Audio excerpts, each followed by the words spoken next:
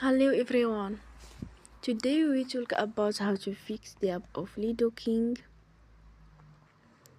We will go to settings, then we click on apps. After that we will search the app Ludo King and we click. Then we will on force stop. After that we will go to storage.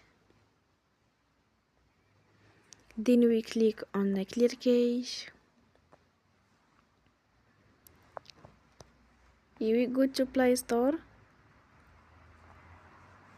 and you will update your app. Don't forget to support us by like and subscribe. See you next time and thank you for watching.